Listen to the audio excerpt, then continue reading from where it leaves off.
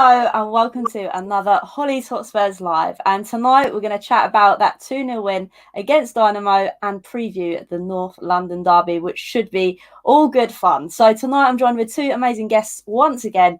I'm joined by the Irish Hotspur, also known as David. How are you tonight? Oh, good. Absolutely delighted. Look, I expected yesterday's game to go the way it did, but the big one is upon us now. It's the one I've been waiting for all week, and I can't wait now that we can look forward to it. Yeah, it should be good. I can't wait. And I'm also joined by Antony Costa. How are you tonight, Antony? Yeah, I'm good. I'm a bit de-stressed now because I've got two kids just crying their eyes out. So, you know, they said to me yesterday, went, "Daddy, you care about Tottenham more than me." And I just didn't have the heart to tell them the truth. You know what I mean? No, I'm joking. I'm buzzing like David. He played really well last night. Could have done with one more goal, but I'm just being selfish. But clean sheet. Let's bring it on next week. But as we all know, what do we call it? North London derby Sunday. Evening, Antony. Loved your Spurs stories. Loved that. Was that on your show, David? Yeah, it was. Yeah, people really enjoyed it. Thanks so much for doing it. Of course, Hollie's will be coming out very, very shortly as well. I love it. It's good stuff. It is good stuff. But yeah, let's crack on with this Dinamo game. So obviously, I was a bit twisted on the lineup in terms of I kind of knew Jose would go hard with this lineup in terms of a good attacking lineup because I think he wants to get the job done and see this leg out of the way. So Costa, I come to you. What did you make of the lineup to start with? Were you impressed by it? Did you think it needed to be a little bit weaker, or what were your thoughts? I think for us, we all know that Jose's very he wants to win this cup more than anything, and I think he's just go strong or go wrong. Do you know what I mean? And I think he had to go a bit strong last night. He had to put the big guns out. I was a bit when I saw Sanchez and Dyer, I'm not going to lie, and Davis at left back. But they didn't really have much to do last night. They weren't really troubled. A couple of chances here and there, but they weren't. There was no mistake FC in them. Do you know what I'm saying? So, yeah, listen, a bit of mixture of both. But next week, hopefully, we can nick an early goal if we go strong and then relax everyone else because we've got obviously the Villa game that Sunday. Yeah, and I like the fact that you mentioned as well about the partnership of both Dyer and Sanchez, because I'm not going to lie to you, I was having heart attacks. But like we spoke about just before we came live, David, we were talking about how we thought that Dinamo would add a bit more to their game because we didn't really see a lot from them, did we? No, we didn't. Look, when Dinamo were rocking up, this is one thing that Spurs fans do. We were bigging them up like they were Real Madrid. I came out and said, look, it's only Dinamo Zagreb. They're in the Croatian league. They can't be that good. They just can't be. And it's exactly what we seen last night transfer onto the pitch. They weren't that good. Honestly, they didn't really threaten us. We had the clown squad at the back, which is Aurier, Davies, Sanchez and Dyer. All players that have made massive mistakes over the years throughout their Tottenham career regularly. And I've never been so comfortable sitting watching a game with them four across the back. Honestly. Dinamo offered absolutely nothing. To be honest with you, I knew they were poor, but I expected them to offer a bit more, but they were poor. But come towards the end, what they've done is they fancy themselves at home. They really do, because what they've done is they sat in, they got out of their damage limitation, and they fancy taking it at home. But in terms of the return fixture, we go out there, we score one early goal, it's game over. They ain't coming back. They're not scoring four. But no, it was a very good performance last night. Look, to get through a game, I agree with Antony. I wanted more goals. Ideally, more goals would have been perfect. Get it done and dusted in one tie. But at the same time, they never threatened us, really. We looked comfortable. We had all the ball. We broke them down because when they first came out, the way they set up their blocking midfield, they had five across the midfield. And what they were doing is they were just moving side to side as a unit and blocking our short play. But then after 10 minutes, we sussed them out. We started pumping a long ball in behind every time, and we were catching them out, which meant they had to change, which meant they started a different press coming man for man, and then we just played through them. It was such a comfortable game. To be honest with you, it was that comfortable, I was nearly getting bored near the end. I was as well. Come 75 minutes, I was bored. I'll be honest with you. Yeah. I was thinking about dinner. But maybe did your heart sink when they got a free kick on the 44th minute? Because mine did.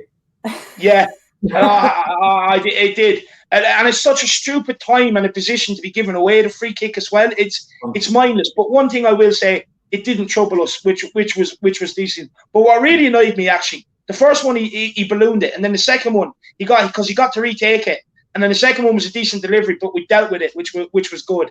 Because the first ball that bounced, I was like, oh, here we go. But, ultimately, the boys done their job. So, yeah. Like, it is true. Like I said, we didn't really have too much to really contend with, considering their height as well. I know the jokes were flying around days before about them being 6 foot. We can't really do anything in defence when we come against players that are going to be able to get on the cross of things, like we kind of saw when Benteke scored that goal against us. But nevertheless, once again, I think credit goes to Harry Kane because, again, the man's just a monster. And obviously going back to what we saw in the Amazon documentary about how Jose wants to take him from here to the next level, I think we're actually slowly starting to see that. So, Costa, I'll come to you. What do you make of Harry Kane once again last night? What else can I say? What hasn't been said about him? The man's, as you say, he's a monster. He's a match winner. He's one of the best team playing Spurs players, if that makes sense, I've ever seen in a Spurs shirt. Obviously, there's been some fantastic players over the years, but this guy just oozes Spurs. Do you know the one thing that guts me the most is that he hasn't got no trophies yet? That's what guts me, because I've been having arguments, debates with Arsenal fans today, mates of mine, and they said, yeah, the man's absolutely world class, but what's he won? They're taking the mick out of us. They like, yeah, but even Xhaka, Granit Xhaka's won more than Harry Kane, and that's what guts me the most. I just want that boy to win something, whether it's the League Cup this year or the Europa League this year or just something, because he deserves it. He absolutely deserves it. Out of every Tottenham player I've ever seen over the years, he's definitely in the top 5 that I'd love him to win something for sure.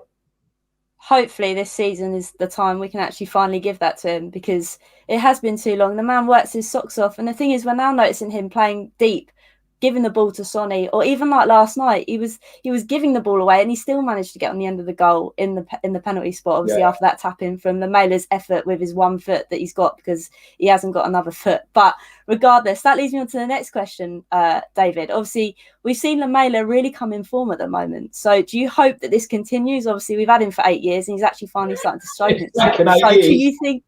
I know, so bloody long, hasn't it? But what do you make of him, David? Do you feel like now's his time to really push on? Yeah, no, 2 more years and the guy's getting a testimonial. Does he deserve it? Don't think so. But look, with I'm actually going to put a bit of respect on his name after last night. I'm going to call him Eric Lemessy. He deserves it. He deserves a one-off special mention. He was fantastic last night. Honestly, the amount of times you've seen him tracking back, taking the ball off the opposition, he was just a nuisance last night. He was absolutely brilliant. For the first goal, he walked through 3 players, hit the post, unlucky. Harry Kane cleaned up with the rebound. He was phenomenal last night. I thought he had a great game. I thought he sparked us into life a lot of the times. I thought it was brilliant. But look, still come the summer, I still want him gone, to be honest with you. Like, hopefully he can give it his all to the end of the season. He is of use. But ultimately, he will have to go in the summer. Look, I can't sit here and say 6 months out of 8 years is good enough to stay at Tottenham. This is the problem. You're still going to have people that are going to sit there and tell me, oh, but look what he's done this season. I don't care. I look at how long he served the club compared to what you can compare to that to almost how Harry Kane has served the club. You can't compare the two. Just on Harry Kane quickly. Harry Kane, king of the lane, the best player that Tottenham has ever seen. That's what this guy is. I got my hair prediction spot on again yesterday. I don't know whether you know about this, but I do a Harry Kane hair prediction. And I said he's going to have 2 goal involvements. It's exactly what happened. I've got them all right this year, apart from one. But I actually...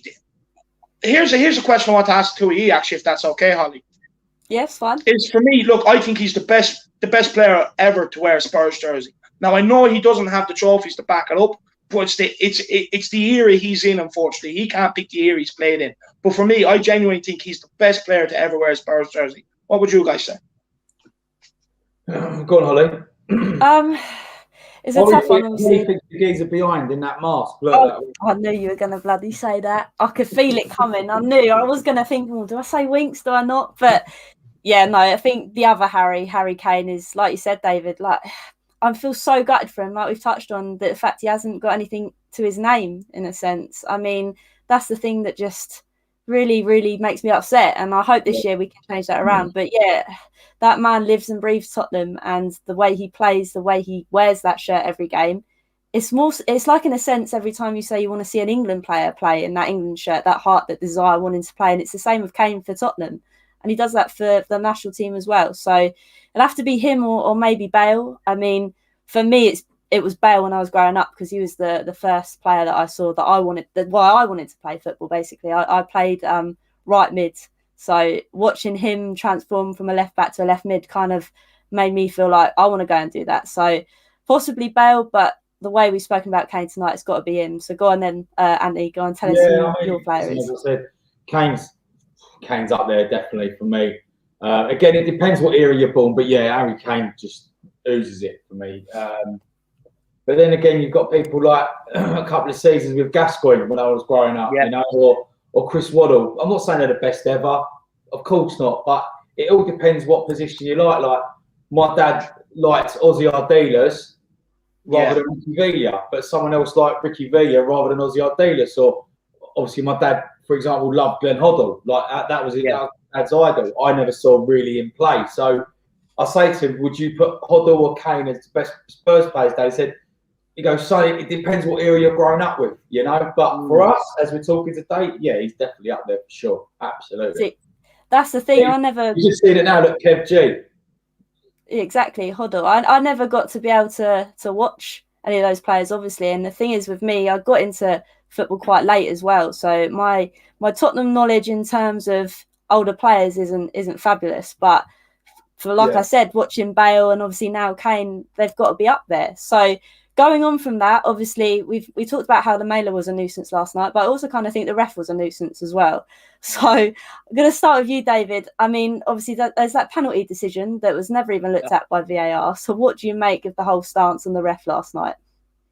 Look, at times I thought I was watching a WWE match, to be honest with you. You know, they were allowed to kick us at will, and then somehow we come out with more yellow cards. Our tackles were clean, theirs weren't. You know, they were just kicking out left, right, and centre. I understand why. You know, they're setting the tone for when we go over there. They're thinking if they're setting the tone. Basically, we ain't rocking up there and playing pristine football without getting kicked.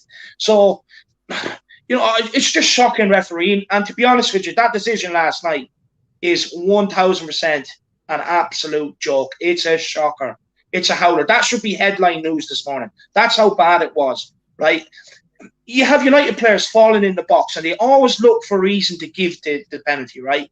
But when it comes to what happened there last night, he made the player basically just bulldozed them, stopped them from getting onto the end of the ball. And it's not a penalty. It's absolutely insane. And my problem with this is right, a lot of people are saying, you know, it's and I was the same, to be honest with you, that it's not VAR, it's not VAR, it's the people running it. But ever since VAR has come in, all it's done is complicate the game. So there is a case to say the problem is VAR. Because all it's done is cloud all the decisions, all the rules. It's created absolute havoc in the game. It's took the passion out. Nobody celebrates anymore. I don't even celebrate. I sit there and wait for the VAR decision. And I give a little fist up and I'm like, okay, well, 1-0 up. The passion is gone. It's killed it. VAR needs to go. Bring me back. I'll accept a couple of mistakes here and there. By the time the season pans out, it usually balances out anyway. Go back to the football I grew watching up. Cut out VAR. No, I think that's a fair comment. I mean, obviously, VAR was brought in because of these decisions going away and a miss each way. But like you said, I feel like it's causing more controversy than what it's actually achieving, in a sense, because there's still refs that at the end of the day are watching these screens and still making that decision, when us at home are thinking, how have you even got to that conclusion? So, Costa, I'll come to you again. Obviously, we've touched on that penalty, but what else do you make of it? I mean, David's touched on the fact that there was yellow cards given to us at some points, and I thought, hang on a minute, I feel like Dinamo are the ones that are kebabbing us. So what did you We came out with more yellows than they did.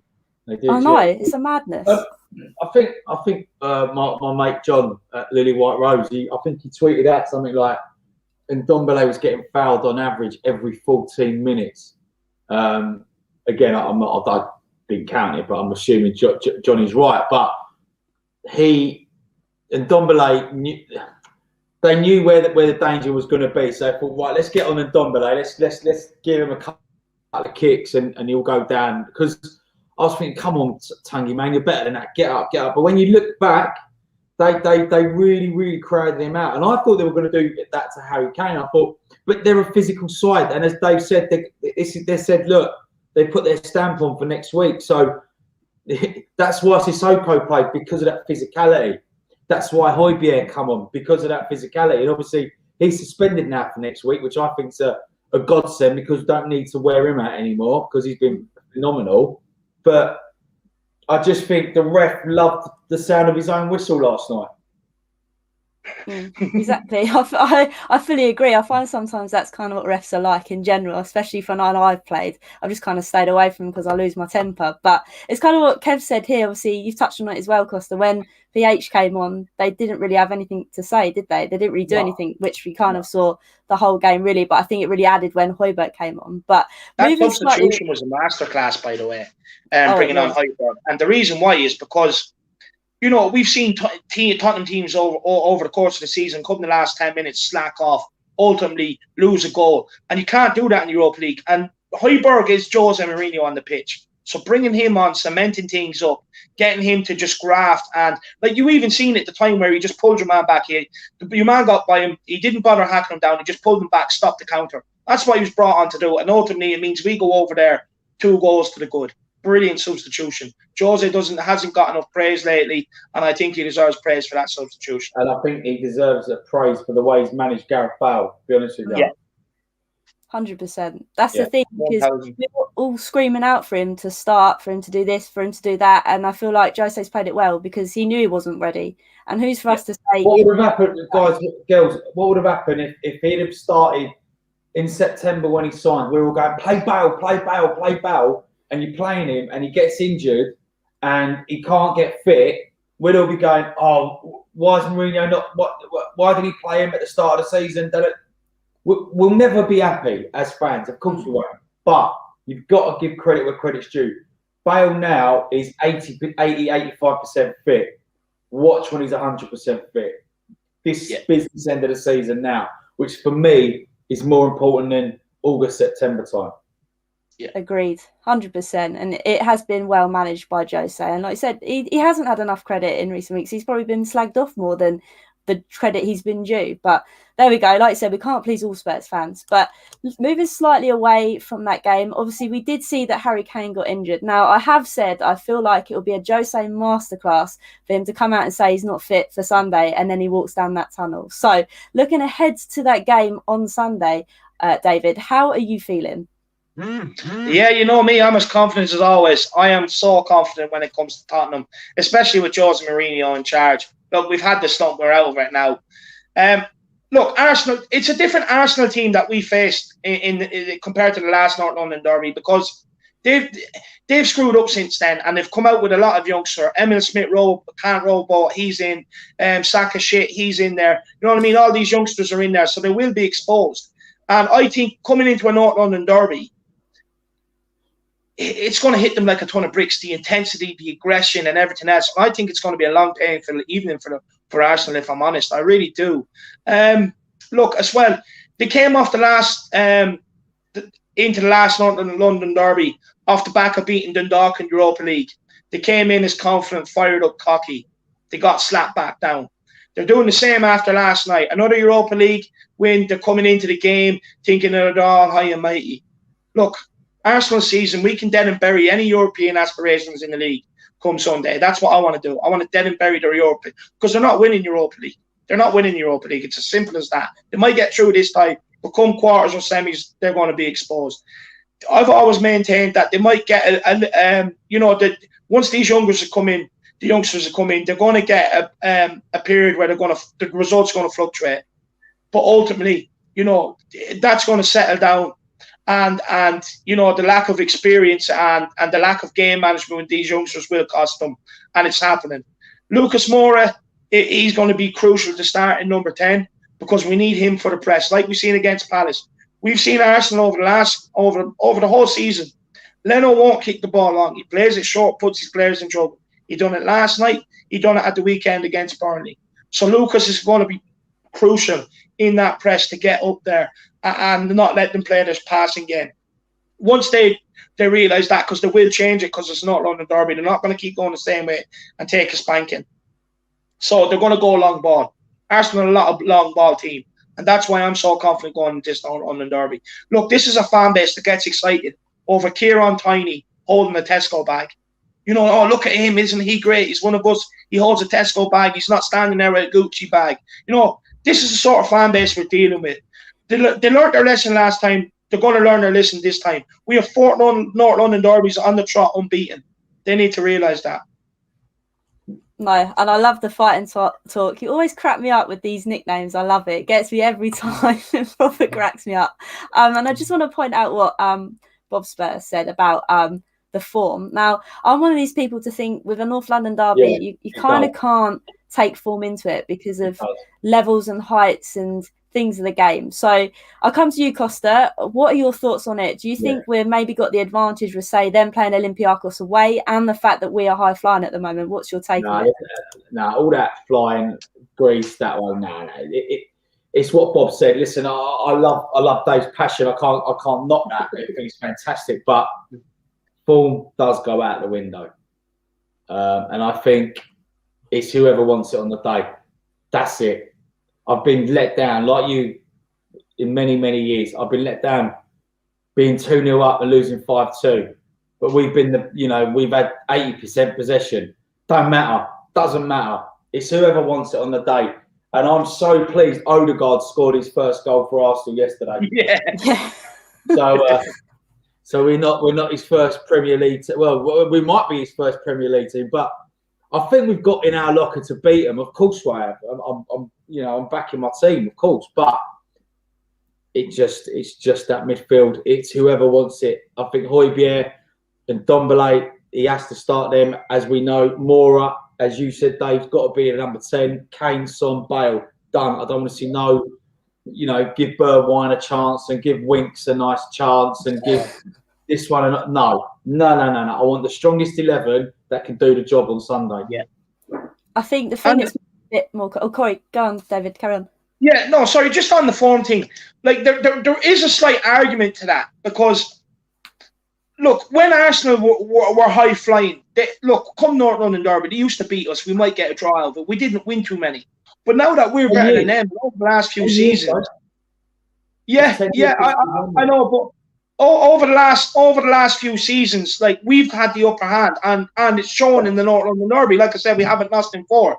Like, if I've been hurt a long time in these North London derbies, you know what I mean, and I agree with Antony, but I think Antony does believe we're going to win. I think he's just being cautious because he doesn't want to be hurt. But I know inside he is bursting. He's bursting with joy and excitement, and he does believe we're going to win this. He just wants to be cautious. I just can't do. I call this the dentist game. You hate going. You hate going to the dentist, but you know you've got to do it. Do you know what I mean? I hate this game. As much as I love it, I hate it. I absolutely hate it because I've been at White Hart Lane when we battered them, and I've been at White Hart Lane when they won the league. So it's the worst, man. The worst when they win. Oh my God, man! I just try.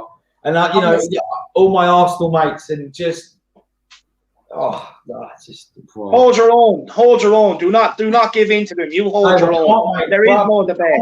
That's the thing. I can't. How can I argue with them? What can I argue? Just wind them up. Just take it. If they come at you with trophies, you just take it to a childish level. You know, there's always ways to counteract it, lad. David, you've got such thick skin. I just end up walking away. Drives me up too much. Get so annoyed. I mean, I've got kids at school that wind me up, and they're 6. Do you know what I mean? Saying Tottenham haven't won anything. So, but that's the thing. I'm slightly confident about Sunday, but again, I've watched it so many times when it's just slipped through the net again, and it's just like, why did I even bother getting excited? So I think for me, and like Lacazette, how many times has Lacazette scored this season? He scored a worldie. He don't score worldies, but he did against us, and it's just like, oh man, can't we just ever learn? Look, I'm with you, Paddy, mate. Love it.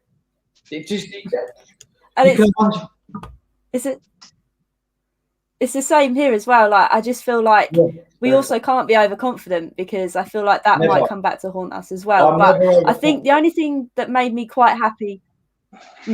That's the thing. I think the only thing that made me happy about last night's game was the fact that obviously we saw Dyer and Sanchez. So I'm hoping we won't see the likes of Dyer at the weekend, because I think we can all agree that Toby and Sanchez are probably our best centre-back partnership at the moment. And I didn't even think I'd ever say that ever. So, David, are you looking forward to this back four? Do you feel slightly more confident now seeing that centre-back partnership is kind of working? Yeah, 100%. Look, the thing is, I still don't believe Sanchez will be the answer. It's a bit like Lamela. You play who's best in that role till the end of the season and you reassess things. If he's the man for the job for the next 4 games, play him. If he starts coming out of form, you bring back in Dyer. Hopefully Moon Boots, then he can play. He can come into a bit of form. The reason why I call him Moon Boots is because every time he touches the ball, he kicks it into orbit. But look, for me, I just want to make one thing clear. Look, I'm just always... it comes across as cockiness, right? But I just believe we can win. I just believe we can win. Look, don't get me wrong. I'm not underestimating Arsenal coming into this derby. They've always come into this derby showing fight, showing passion for the badge. Even with their worst team, they come in and give us a game. Dave, Dave, I do not knock your confidence. I absolutely love it. I love it. But I know we've got a mistake in us. I know, Danny Rose a couple of years, about 6 years ago, slipped. He never slipped once in the whole Premier League, but he did against them. Yeah. It's just one of them games, man. I'm thinking he's going to make a mistake. I'm sitting here thinking he's going to make a mistake, But one thing I will say is, recently, we've been very good. We have been very good. We've come through adversity.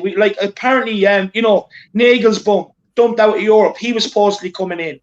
Brendan Rodgers dumped out of Europe. He was supposedly coming in. Jose Mourinho has completely turned things around with these players. Apparently, he lost the dressing room. All these players are fighting for him now. It's all pushing in one direction. We learned our lessons against Fulham. We hung on to the 1-0, got out of there, job done. We learned our lessons against Burnley. Rather than just get the job done and have a nervy finish, we battered them. Palace, the same. 1-1. We ended up battering this time round. We've done an assured job in the Europa League. So I'm confident going into this game that the players have learned their lessons. And with Jose's mentality, I don't think they're going to bottle too much more big games, to be honest with you. No, that is true. And I think it has been a turning point. I mean, hopefully now Jose has kind of learned his lesson in the fact that we aren't good enough to defend a 1-0 league, so to speak. So the fact that we have now turned the page and been like, actually, no, we need to capitalise on this. And actually, we need to get more goals under our belt, because we need that as a defence sort of thing, and in case something does go wrong. So obviously we've seen Bob Spur TV with this great comment, the fact that David's confidence is not delusional compared to those on Arsenal Fan TV, but we'll leave that for that. So, look, some nickname me the TY of Tottenham, but I'll take it. You know what I mean? If it means I back my team with 100% passion, I'll take it. But one thing I am also a realist. But Hollie, that brought me on, something you were just saying there brought me on to a point. I'm just trying to remember what it is. So you carry on. When it comes back to me, I'll let you know. All right, sweet. And I like Jay's comment here about you giving you bad. I like that, Jay. Nice stuff. And the eyes of Sean as well. I mean, I am here it is. I am a Mike Bassett fan, obviously, and this has made me giggle. So that would be nice. But leading on obviously to that game on Sunday, I don't want to give score predictions because I feel like obviously that might jinx things, me being the biggest jinx at the moment. So we're going to leave that for that. But I feel like we are in high spirits. So I mean, David, if you've got one, I'll come to you, obviously. No, look, it's 2-1. You outvote me. Antony doesn't want to hear it. I have to respect the man, so we won't give a score prediction. No, go on. I've got my ears covered. I'm going to go 4-2. I think it's going to be I think it's going to be a great watch. I really do. I think it's going to be plenty of goals. I think the fact that we have a threat across the front four and their defensive frailties, I do think we capitalise on it. But look, it's a derby. Anything can happen. Special moments are produced. I do think Arsenal might catch us with one or two, but I just do think we are coming out winners. Yeah, I think we are going to be slightly leaking defence, but I feel like that's a given. Obviously, I know the King here is an Arsenal fan, and I don't want to be too controversial, but obviously Pepe, I've seen rumours that obviously there was a tweet that went out ages ago when Pepe signed for Arsenal and Ndombele signed for Spurs, and they were giving us banter saying Ndombele will never be as good as Pepe. And now I feel like the tables have turned. So Antony Costa, obviously we touched on Ndombele a little bit tonight. So what do you make of it? Do you think it's Pepe's better, or do you think Ndombele's better? I just let the boys football do the talking. That's all I'm going to say. I don't need to go. It don't take the weatherman to tell you it's raining outside, does it? Do you know what I mean? So listen, Ndombele, head and shoulders. That's all I'm going to say. I love it. But well, like you said, we'll have to see what comes on Sunday. Hopefully I'll be ready for work on Monday, ready to wind up the site manager, because he is an Arsenal fan, but we'll have to wait and see. I'm glad it's at 4:30 on a Sunday, not 12:30 on a Saturday. Yeah, that's the worst. That is the worst, mate. You know, I agree. Especially when you go to the ground, you're sinking pints at 10 o'clock in the morning. It's not the easiest thing to do. I agree. But thank you both for joining me tonight. I know you've both got shows to go to, so I really appreciate you both taking the time to jump on this. So actually, I've just remembered my thought before we end. Can I just share it? So one thing is, right, you were saying about the way, like, we switched up formation. We've gone from a 4-3-3 to a 4-2-3-1, and that we weren't good enough to defend. But maybe it was Jose's plan all along that he knew he didn't have that right winger. So that playing a 4-4-3 or 4-3-3, getting us to the top of the league the way we're performing, but then was just waiting for the likes of Bale to emerge so he could switch to the 4-2-3-1 and come out and play football like you're seeing now. Yeah. That is a true comment. That makes a lot of sense. I don't mind 4-2-3-1. I don't mind it. I don't mind it. As long as Ndombele's key on Sunday. Ndombele is very, very key, because that midfield battle, like you were saying, Anthony, it's where the game's won in the North London Derby. Yeah, 100%. You know. But no, hopefully it's all good things. I mean, I hope we're smiling come Sunday evening. But again, I just want to say my thanks to David, the Irish Hotspur. So where can everybody find you? Over at the Irish Hotspur, I just produce shows. That's all I do. But it's all about you, Hollie. You put this amazing panel together. I've really enjoyed this show. And everyone, you need to show the support. The same love you show me, the same love you show Antony when you follow him around on all the streams he's on as well. Smash the like button on the stream. Smash the subscribe button. She puts in the effort. She deserves it. She comes home from work and she puts all this together and then comes on and does it. It's about a 2-3 hour thing after work. So she deserves the support. Give it to her. Here. Thank you very much. No, it is a bit of a grind, but hey, it's football at the end of the day, and while I'm not playing it, I might as well talk about it. So Costa, where can everybody find you? They can find me being shouted at by my kids. They can find me just on Twitter, Instagram at Antony Costa. I'm now doing Clubhouse as well. If any of you guys have got iPhone, please join us. We'll be going live every match game. An hour before the game, so we're going to talk about team news, and at half time with a little 5-10 minute analysis with everyone. So if you've got any questions, any debates, just come on board. They can find me at AntCos on Clubhouse, but the rest, Twitter, Instagram at Antony Costa without the H. So guys, Clubhouse, that's where it's at. Oh no, I need to get on this Clubhouse. I need to give me my my username, but obviously Hollie Aggenbar is obviously used already, it seems. But can I just big up Antony as well? Actually, sorry, quickly. I just want to say for this. Look, we all know, like, you know, your status and everything, and for the person who's had the career you've had, you're a very humble guy, and to come on and do all these things with the likes of all of us, it's absolutely brilliant. And I just want to say on behalf of everybody, thank you so much, because you don't have to do it. No, it's quality. And that's the thing as well, like the fact that the both of you obviously want to come on as well to my channel. It does make me really happy in the sense that we can just both sit here and just talk football, really. I want to help. I want to help as many people. You know, this wasn't around when I was growing up, so this is all new to me. I've got the time and I'm loving every minute of it. But it's just unfortunate that I'm trying to squeeze loads of little streams, pods in. Like now, 8 o'clock, I've got a stream with 2 Arsenal fans. So it's me and another guy against 2 Arsenal fans. So it's going to be a riot in a nice sense. So yeah. But no, thank you both. Have a good one, all of you too. So thanks to everyone that's watched as well. Obviously, I'm trying to get used to being a bit more interactive with chat. But if you are new, please remember to hit that sub button and that like button. But until next time, and hopefully on Sunday, come on, you Spurs. Come on, you Spurs. Come on.